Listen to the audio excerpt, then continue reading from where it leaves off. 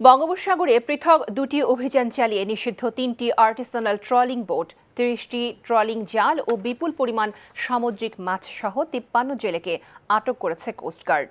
Coast guard জানায়, গোপন সংবাদের ভিত্তিতে গতকাল রাতে কোস্টগার্ডের টহল টিম কক্সবাজারের কুতুবদিয়া দ্বীপের অদূরে খাটখালী নদীর মোহনায় একটি বিশেষ অভিযান পরিচালনা করে।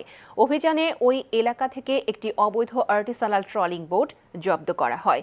জব্দকৃত বোটে তল্লাশি করে 5টি নিষিদ্ধ ট্রলিং জাল ও 2500 কেজি বিভিন্ন প্রজাতির সামুদ্রিক মাছসহ 16 জন জেলেকে আটক করা হয়। অপরদিকে বুধবার মধ্যরাতে সেন্ট মার্টিনের ছেড়াদ্বীপ সংলগ্ন উত্তর পশ্চিম সমুদ্র এলাকায় একটি বিশেষ অভিযান চালিয়ে 2টি আর্টিসানাল ট্রলিং বোট জব্দ করা হয়। জব্দ করা বোটে তল্লাশি করে প্রায় 6 কোটি 28 লাখ টাকা মূল্যের 25টি নিষিদ্ধ ট্রলিং জাল ও 3000 কেজি বিভিন্ন সামুদ্রিক মাছসহ 37 জন জেলেকে আটক করা হয়।